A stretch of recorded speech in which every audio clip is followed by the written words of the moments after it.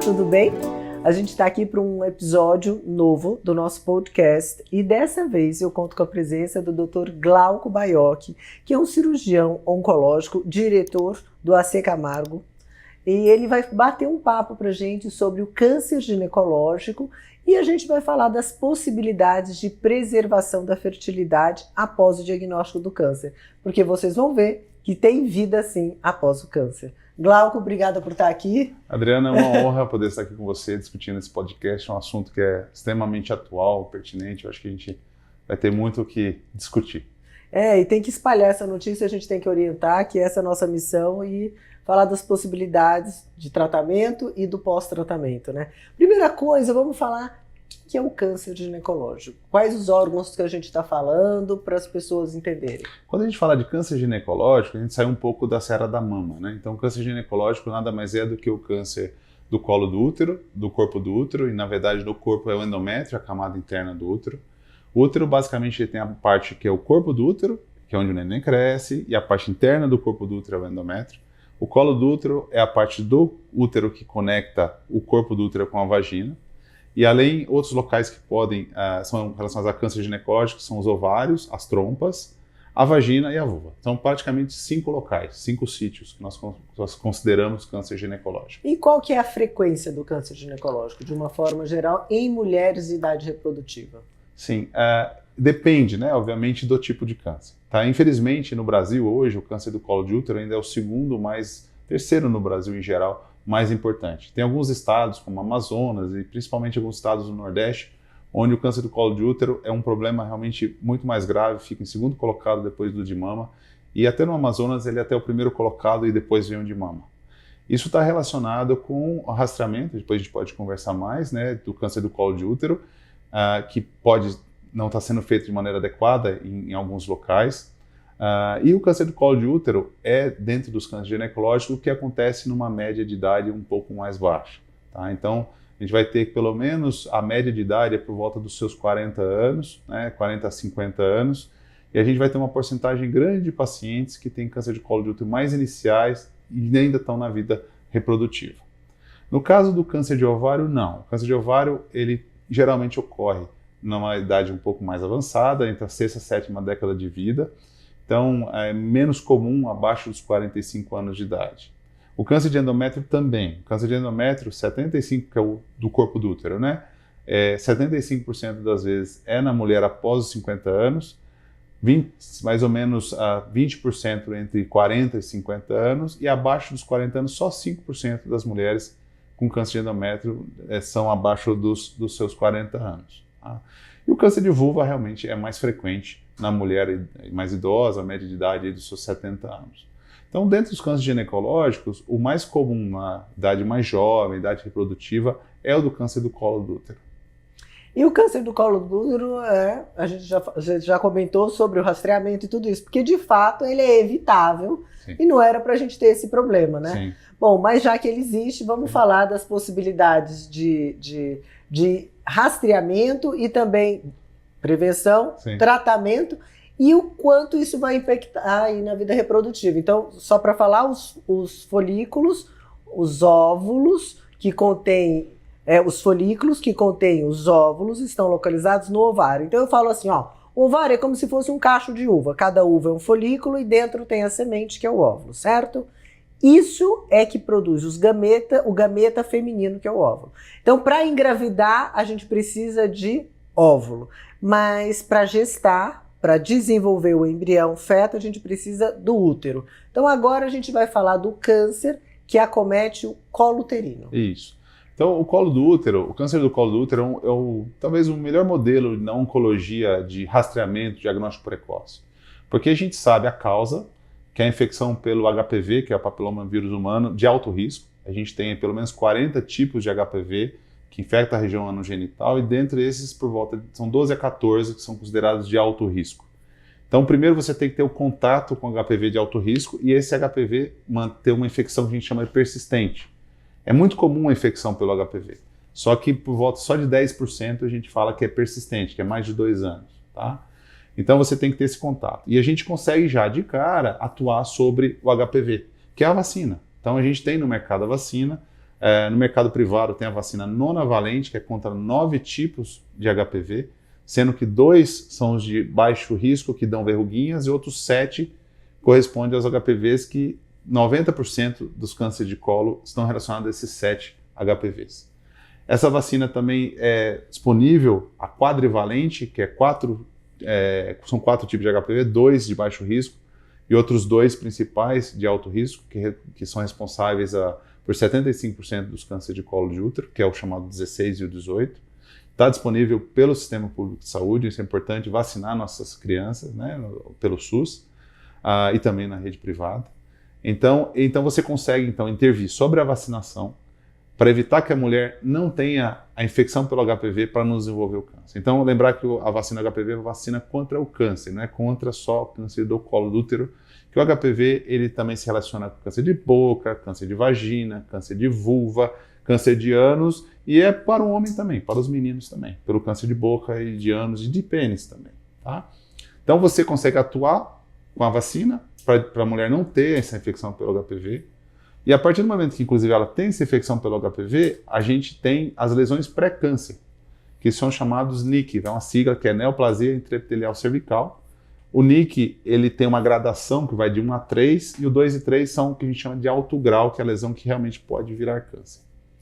E entre o NIC se desenvolver por virar o câncer, a gente tem um tempo, né? Tem uma história natural aí, que pode demorar até 10 anos. E a gente tem uma oportunidade de diagnosticar esse NIC, que é o objetivo do que a gente fala do preventivo, do rastreamento. Esse preventivo ele pode ser feito com o Papa Nicolau, que nada mais é de um raspado de células desse colo do útero da mulher, que ela é colocada numa lâmina, tem uma alteração aqui, aí você volta e indica, olhando esse colo com a lente de aumento, que é a colposcopia com o objetivo de biópsia. E a gente também pode fazer esse rastreamento com a pesquisa do próprio HPV, já que ele é importante, é um fator de risco praticamente necessário para o desenvolvimento do câncer de colo, então por que não achar o HPV? Então a gente acha o DNA do HPV, tem o DNA do HPV, vamos para a colposcopia para obter a biópsia, tratar então essa lesão pré-câncer para que a mulher não tenha um câncer. Então é o principal modelo que a gente tem de rastreamento de câncer. É uma super oportunidade para evitar esse câncer. Tem uma oportunidade incrível de evitar. Então, países que inclusive entraram com já desenvolvidos, que já tinham, por exemplo, Austrália, países nórdicos, já tinham um bom rastreamento de câncer de colo, com Papa Nicolau, etc. Esses países, eles migraram para a vacina, para a população toda, e nesses países, o câncer do colo pode ser considerado como doença incomum, que é abaixo de 5 casos para 100 mil habitantes. Tá? Então, e esse é o objetivo que a gente diz, né? Existe a Organização Mundial da Saúde lançou uma campanha para que se torne, na verdade, mundialmente, o câncer de colo de útero como algo incomum, algo raro. Tá? Então, se baseia em quê? Na vacinação de 90% da população, 70% façam um exame de rastreamento de boa qualidade, como o HPV durante a vida, e 90% das lesões pré-câncer iniciais sejam tratadas. Então, com isso, a gente talvez consiga tornar o câncer do colo do útero como uma doença rara no mundo. Né? Então, isso é importante a gente ter esse entendimento.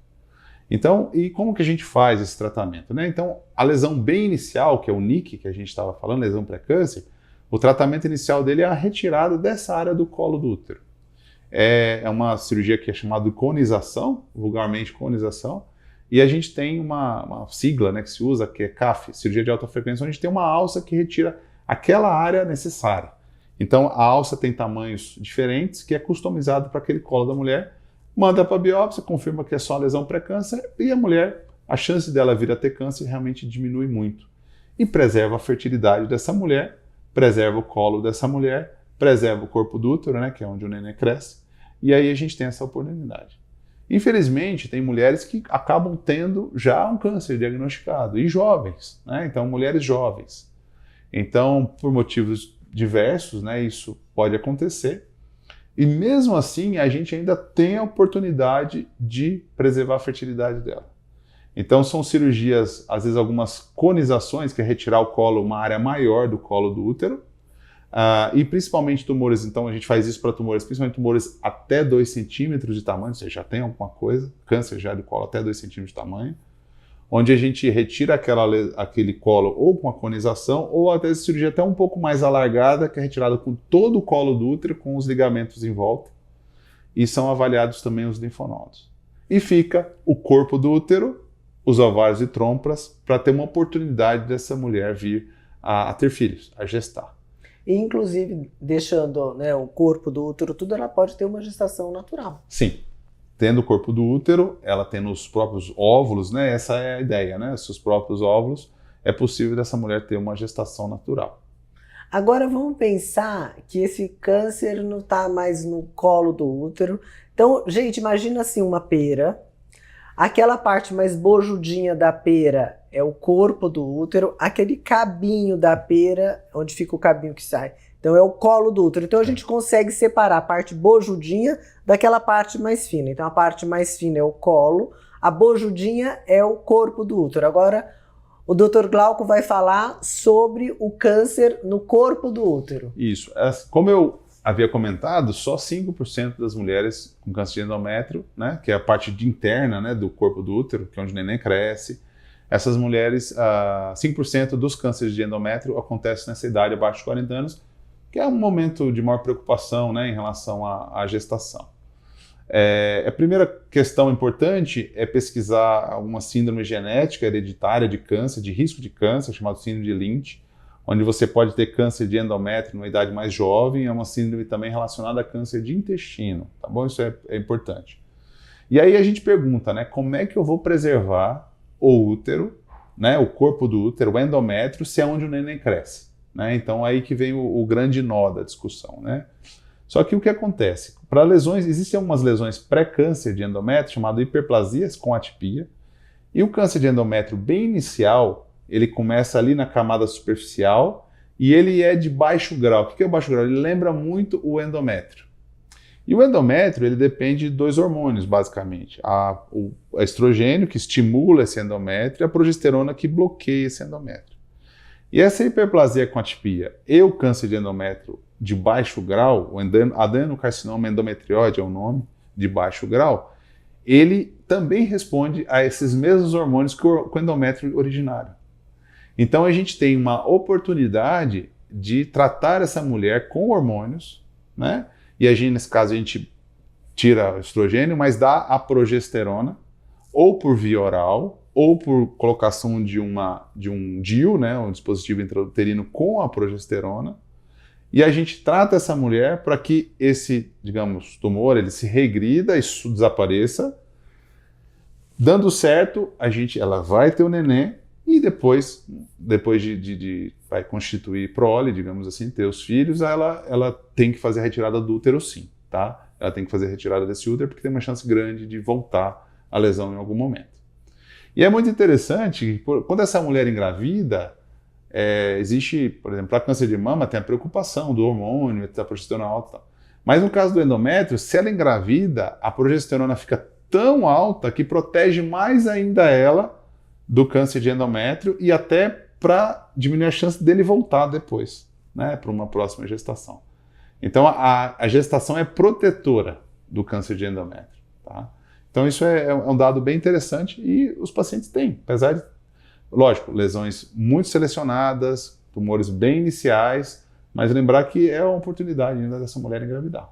Então, a gente vai imaginar que, neste caso, o útero foi preservado. Sim. Mas, gente, o ovário, que eu disse que é onde tem o óvulo, que produz os gametas, está absolutamente intacto.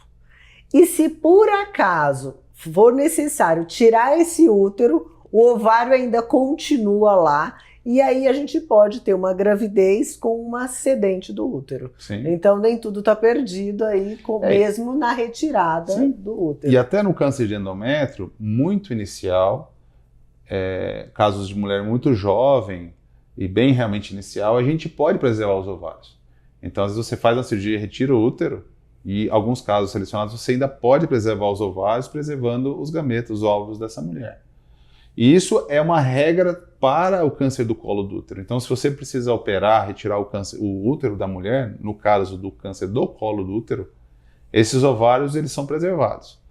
E aí dá a oportunidade da mulher não só de produzir o próprio hormônio, não entrar na menopausa, né? Mas também de ter os gametas. Temor. Né? Que é o temor.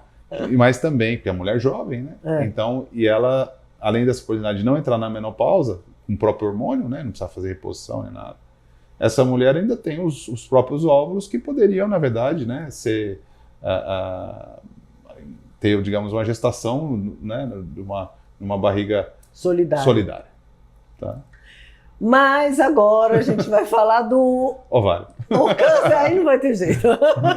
Aí a gente vai exatamente no local onde tem o gameta feminino, que é o óvulo. Tá. Então, vamos ver, fala um pouquinho da incidência desse câncer de ovário, os tipos e das esperanças sempre. O câncer de ovário, a gente fala câncer de ovário, eu brinco com os pacientes que digitam na internet câncer de ovário, meu Deus do céu, que grave, né?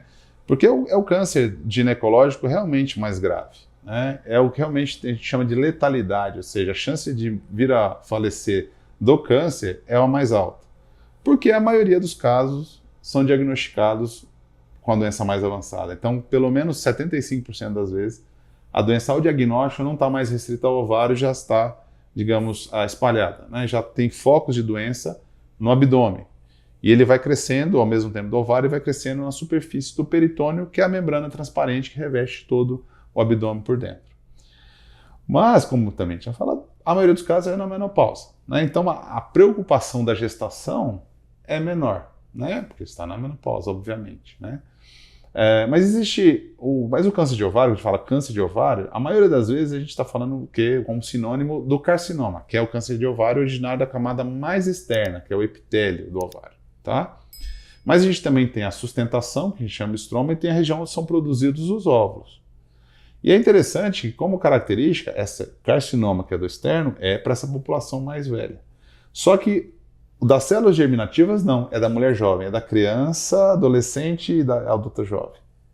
E que são tumores que crescem muito rápido, mas, ao contrário do câncer de ovário, né, que eu falo que é o carcinoma, né, que é epitelial, no caso do germinativo, ele geralmente é de um lado só, onde a regra é preservar a fertilidade. A regra, nessa menina jovem, é tirar o ovário só e deixar o útero e o ovário contralateral. Porque são tumores que, além de não ser comum ter doença no outro ovário, eles são extremamente responsivos à quimioterapia. Então essa é a regra para essa mulher muito jovem que tem esses cânceres do tipo germinativo. Mas mesmo o câncer de ovário do tipo epitelial, quando acontece na idade mais jovem, aí a partir dos 40 anos, que é incomum, mas pode acontecer, existe uma parcela de mulheres e de alguns tipos de câncer de ovário do tipo epitelial, que são 5 no final das contas, tá? Onde quando ele é bem restrito ao ovário, que ainda há digamos, a oportunidade de preservar. Então, o que a gente faz? Faz o estadiamento, que é uma série de procedimentos cirúrgicos para avaliar para onde foi a doença ou não, onde a gente retira esse ovário só, avalia o abdômen, retira uma gordurinha chamada grandiomento, avalia os linfonodos, e a gente pode ainda deixar o ovário contralateral e o útero dessa mulher. Né? Então, tem alguns casos que é possível, mesmo no carcinoma, que é o epitelial, da mulher muito jovem, você preservar. Esse já não é regra, né? Já são exceções, mas alguns casos é possível. Lembrando também que para a mulher jovem existe uma alteração do ovário que ele é totalmente intermediário entre o câncer e o benigno, o cisto benigno, que chama borderline. O nome borderline, que ele fica realmente em cima do muro. E é mais comum na mulher mais jovem, que está na fase reprodutiva. O borderline, a regra também é preservar a fertilidade. Que é deixar, então, você retira o ovário e trompa e deixa o outro ovário e útero. Isso não tem impacto nenhum ruim na chance de cura dessa mulher, no final das contas, tá? Então, porque geralmente se volta com borderline, é tratado e pronto, tá? Então, mas não é câncer, mas é algo comum, que é importante falar, da vida, na época da vida reprodutiva dessa mulher, quando tem alguma alteração no ovário. E as alterações no ovário da idade reprodutiva geralmente são benignas, a maioria é benigna, tá? Então são cistos benignos e o nódulo, lesão, né, o mais comum é chamado teratoma maduro, que é benigno também, né, nessa idade reprodutiva. E lembrando, por exemplo, que o teratoma maduro, que é benigno, ele é originário também daquelas células germinativas, só que ele é benigno, não é câncer, E a regra para essa mulher jovem também é preservar esse ovário que inclusive está com teratoma. Você tenta preservar uma parte desse ovário para preservar folículos por 2 motivos. Porque ela tem uma chance de desenvolver no outro lado algum dia, e aí se você tirou um lado já dificulta, né? E é benigno, né? E é benigno. Então a gente é mais ou menos isso, um panorama aí. E olha, como você comentou, a gente tem um tipo de tumor ovariano que é responsível à quimioterapia. Isso. Mas antes de fazer a quimioterapia, a gente tem a oportunidade de congelar os óvulos. Então, se necessário também, então uma vez diagnosticado o câncer e é necessário retirar um ovário, ótimo, o outro está lá. Mas eu sempre recomendo que quando vai, depois de uma cirurgia ovariana, já que a gente já tem uma diminuição da capacidade de ovular, é muito interessante congelar os óvulos, porque a gente não sabe o momento da decisão da maternidade. As mulheres com os 2 ovários já têm indicação, imagina aquela que já operou um só. Mas antes da quimioterapia, né, tem um certo desespero de iniciar logo o tratamento, mas é possível congelar os óvulos. Em 2 semanas a gente consegue fazer esse tratamento. Isso é viável na maioria dos casos ou não? É viável. Na maioria dos casos é viável esse congelamento, sim. Porque hoje é muito mais rápido, né? Então, em 2 semanas você tem a oportunidade de congelar os óvulos, né? Então, se existe uma preocupação, uma possibilidade dessa mulher perder os 2 ovários, né? Ou se ela tem um ovário só, vai para uma cirurgia, eu acho que deve ser aventada essa possibilidade, deve ser discutido com o paciente e oferecida essa oportunidade de fechar, de captar. São poucos os tipos de câncer, né, tirando os hematológicos, que você realmente tem uma emergência do tratamento, né? Então a gente, em geral, tem essa janela de oportunidade da captação do óvulo, de guardar os óvulos dessa mulher, sim, tá? E as mulheres têm que saber que isso existe, né, que é possível fazer.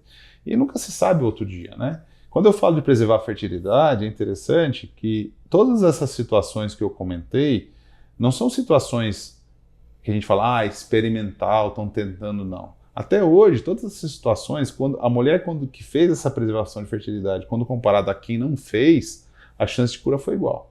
Porque na oncologia, a gente sempre, obviamente, a gente pensa na cura, né? Lá em cima.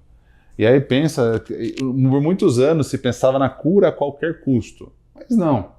Então, a maternidade, ela nos traz novidades, digamos assim, e a gente evoluiu muito na oncologia e na preservação, na verdade, de órgãos e até na fertilidade, pelo desejo da maternidade da mulher. Então, a gente seguiu a partir, né, do desejo da maternidade e olhando ao longo do tempo, comparando com a mulher que não fez a cirurgia conservadora, né, se via que a chance de cura é igual. Então a gente tem hoje que, por exemplo, câncer do colo do útero, que eu havia falado. Quando você faz uma cirurgia radical ou faz uma cirurgia preservadora de fertilidade, uma traqueolectomia radical, a chance de cura é igual. Então, se a paciente pergunta para você, ela fica preocupada quando você oferece a oportunidade de preservar a fertilidade, se ela não está pensando, não tem parceiro, etc. E aí você pega e fala assim, não, pera lá, deixa eu deixar bem claro, o que eu estou te oferecendo, a chance de cura para você vai ser igual, eu não estou diminuindo a tua chance de cura. Mas eu não tenho parceiro, mas você tem 25 anos, um dia você pode pensar nisso, e a sua chance de cura não vai ter mudado lá para frente, entendeu? Isso é bem importante a gente deixar sempre bem claro para o paciente. Se é algo realmente fora do que você está, que você teria algum risco para essa paciente, isso vai ser exposto para o paciente, entendeu? Esse caso não é o caso ideal para a gente preservar a fertilidade, você entendeu? Tá? Mas isso pode entrar no estudo clínico, por exemplo, entendeu? Mas isso é importante saber que não muda a chance de cura. Se bem indicada a preservação de fertilidade, isso não diminui a chance de cura dessa mulher. E uma vez preservada a fertilidade, o que aí eu já estou do outro lado, né? A paciente que já veio para congelamento de óvulo, a gente fala congelamento de óvulo, é possível tecido ovariano, mas o resultado quando a gente preserva tecido ovariano é de exceção, não é considerada experimental, mas de fato ainda é. Por quê? Porque o resultado é muito diferente de quando a gente faz. E se for um tumor ovariano, a gente fica muito preocupado de reimplantar esse tecido. E a gente não falou também daquela cirurgia que você faz de colocar o ovário, assim, vai fazer radioterapia de mudar a posição do ovário. E do útero, né, na verdade. Então é interessante. A radioterapia, ela é muito utilizada no tratamento dos cânceres ginecológicos e não só câncer ginecológico, por exemplo, câncer pélvico, né? O reto, por exemplo, se usa muito radioterapia, né? E a radioterapia, o ovário é extremamente sensível à radioterapia. Então, uma dose que se faz geralmente na pelve, de 40 grays, é a dose, né? A gente fala que grays é a unidade, mas 40, né? Metade disso, 20, metade de uma dose que se faz habitualmente, já gera uma insuficiência do ovário. Ele para de funcionar. Não vai ter óvulo e não vai ter função, a parte hormonal. Tá? Útero também. O útero leva a fibrose. Então, são órgãos realmente muito sensíveis. Né? Então, existe duas possibilidades. Existe uma possibilidade que é se você tem a previsão de radiação, levantar os ovários, que a gente chama de transposição ovariana. Eles são colocados no lado, sim, do lado do intestino, mais para cima, então você irradia a pelve e preserva esses ovários, continua funcionando, etc. E aí, mais recente, isso de 2017 para cá, tem uma técnica chamada transposição uterina. Então, isso é uma primeira cirurgia que foi feita disso, é de um brasileiro, um amigo de Curitiba, o Reitan Ribeiro, um câncer do reto. Era um paciente dele que precisava irradiar o reto, não tinha nada ginecológico. Se irradiasse o reto, o útero não ia funcionar mais. E aí, baseado em técnicas que a gente sabe de câncer ginecológico, onde o útero ele pode ser suprido só pelos vasos que vão para o ovário, do ovário para o útero, foi retirado o útero da pelve, colocado em cima na região do umbigo, irradiou e depois devolveu. E a gente já tem nascidos vivos, então já tem uma prova disso, entendeu? E a gente já foi feito depois para câncer do colo e outras indicações. Mas é mais uma oportunidade, inclusive, da mulher engravidar por via natural. Então já temos nascidos vivos, na verdade. Então, sabido, no Brasil, tem 3 nascidos vivos, no Brasil, tá? Que é pioneiro nessa técnica. Tá? Então, nos Estados Unidos tem 1 nascido vivo. Acho que no mundo tem mais 1. Então, a gente tem aí já algo que poucos anos para cá.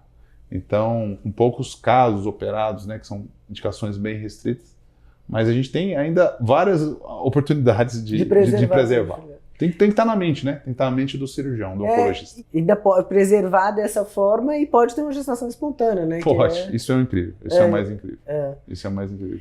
E a questão da gravidez, então, depois do diagnóstico de um câncer, a paciente fica muito impactada e com esse medo da morte. Então, aí, igual você falou, eu aviso sempre que não vai alterar o prognóstico, né? Sim. De cura e tal. Mas aí tem um temor da gravidez em si alterar essa história toda. E o que você fala disso? Não altera. Na verdade, porque a gravidez, o que acontece? A mulher que teve um câncer e engravida, então, por exemplo, no câncer, se ela teve um câncer de endométrio, como eu falei, é até protetivo. Se ela teve um câncer do colo de útero, absolutamente não faz diferença nenhuma aquela alteração hormonal. Só que você tem que ficar de olho que se você trabalhou, operou, tirou um pedaço do colo, não vai ter o colo, vai ter muito pouco colo, então essa não pode ter, tem que tomar cuidado com a sustentação do neném. Então pode ter que ser feito o procedimento de cerclagem, né, para sustentação do próprio neném lá na cirurgia. Se foi o do ovário, ficou um ovário só, foi melhor ainda, não faz diferença nenhuma. Então a preocupação de que a gestação vai fazer evoluir ou recidivar, para o câncer ginecológico não é uma verdade. Tá? Até para a mama, né, que tem a questão do hormônio de estrogênio, progesterona, se vê que, se bem momento adequado, tudo não aumenta o risco de recidiva para a maioria dos pacientes com câncer de mama também. Né? Então, para ginecológico é muito tranquilo. É só... Eu brinco com os pacientes que eu gosto de ver elas grávidas, né? Então, você está sendo grávida? Não tenho. O que eu gosto de ver grávida. Tá bom. E a gravidez, eu acho que é maior, assim, porque é o projeto, né? É a cura, é a retomada da vida, é a retomada de sonho. Com certeza. Muito mais. Não, né? é muito mais, com certeza. E é interessante que muitas vezes as mulheres nunca pensaram em engravidar. E naquele momento que elas veem que podem perder a oportunidade de gestar, né, de engravidar, né, de gestar, ela para ver, poxa vida, será que eu quero mesmo ser mãe, quero engravidar, né, na verdade, ou não? Então é muito interessante, são momentos que a mulher nunca pensou, eu não queria, muito depois, tá, quando ela existe pelo câncer a possibilidade dela perder essa oportunidade, ela para pensar. E quando a gente oferece, é possível fazer a preservação da fertilidade, é até o tempo dela pensar, você entendeu? Olha que interessante. Para mulheres que fizeram traquelectomia radical, que é para preservar o útero, né, no câncer do colo de útero, historicamente, 50% só delas tentam engravidar depois. 50%. Então, mesmo foi feita uma cirurgia para preservar a fertilidade, 50% tentam engravidar depois. Porque a vida muda, né? Os parceiros mudam, tudo muda, né? Então, realmente é bem interessante isso. Tá? Mesmo que não tente, mas poder tentar, né? Então, aí você ter a oportunidade, aquele poder dela, né? Ela pode não querer. Eu quero ou não quero, mais para trás eu decido, entendeu? Isso acontece. 50% nem tenta. É interessante. É bem interessante. É um dado bem interessante, não imaginava. Metade nem tenta. Porque muda. Porque muda. Né? Porque muda. As coisas mudam. Bom, eu acho que a gente falou os grandes desafios aí do tumor ginecológico. Eu acho que o Glauco foi muito generoso aí nas observações, explicou um monte de tudo. E eu até quero falar para vocês que a gente tem um episódio que tem uma paciente que teve um tumor ovariano, que é uma paciente do Dr. Glauco, inclusive, e também aqui da clínica, e ela dividiu essa história. Então eu acho que se você tem esse movimento, esse diagnóstico, então eu acho legal assistir esse outro episódio com a Viviane. Viviane, foi a Viviane, não sabia. Eu vou assistir. A Viviane gravou, é muito legal, porque eu acho que ela é uma história, um exemplo, né? Ela gravou, então não posso falar, né? Lógico. Então é um exemplo, na verdade, de uma mulher que não queria engravidar, mas quando ela viu que poderia perder a oportunidade, ela repensou, né? Ela é um exemplo disso. E quase desistiu e voltou. E aí, se vocês assistirem esse episódio, a gravidez após o diagnóstico do câncer, esse é o título. E aí ela conta isso, e eu acho que toda vez que a gente passa por alguma dificuldade na vida, a gente melhora, né? Sim. E ela fala tão bem, e é emocionante porque durante o episódio a Olivia estava pequenininha. Sim. Então foi muito legal, porque ela amamentou e parava, e tem aquele barulhinho de fundo da Olivia. Que graça. E eu acho que você gosta de ver grávida, eu amo também. Eu gosto de espalhar teste positivo pelo mundo. E esse daí foi eu me emocionei muito. Porque reviver tudo isso com ela foi muito bonito. E ela contando a trajetória, então eu acho que quem está assistindo a gente falar parece tão técnico, mas aí tem uma prova viva de que dá certo. Tá certo, é isso mesmo. Eu vou te encaminhar esse, porque inclusive você é citado. Você não percebeu porque a orelha ficou vermelha? Começou a ficar vermelha. Não. Da esquerda e da direita, você fala mal, Tá bom. Então, gente, Glauco, super obrigada por você ter vindo. Eu agradeço a oportunidade. Aqui, o Glauco é super renomado nessa área, um grande estudioso, pesquisador, então ele tem muita propriedade no que ele fala, né? É um colega que eu admiro muito e a gente tem bastante troca nesse sentido da oncologia e da preservação da fertilidade. Então, se você conhece alguém que teve diagnóstico de câncer, mesmo que não seja o câncer ginecológico, né? Olha quanta coisa ele já informou sobre isso e sobre o câncer ginecológico. Claro, isso aqui é um aprendizado e tanto, e a gente gosta de oferecer informação de qualidade e que isso tudo espalhe pelo mundo, porque a nossa missão é educar, né? Com certeza. Muito obrigado, Juliana. Obrigado mesmo. Muito feliz. Obrigada, gente. Espero que vocês curtam e até o próximo episódio.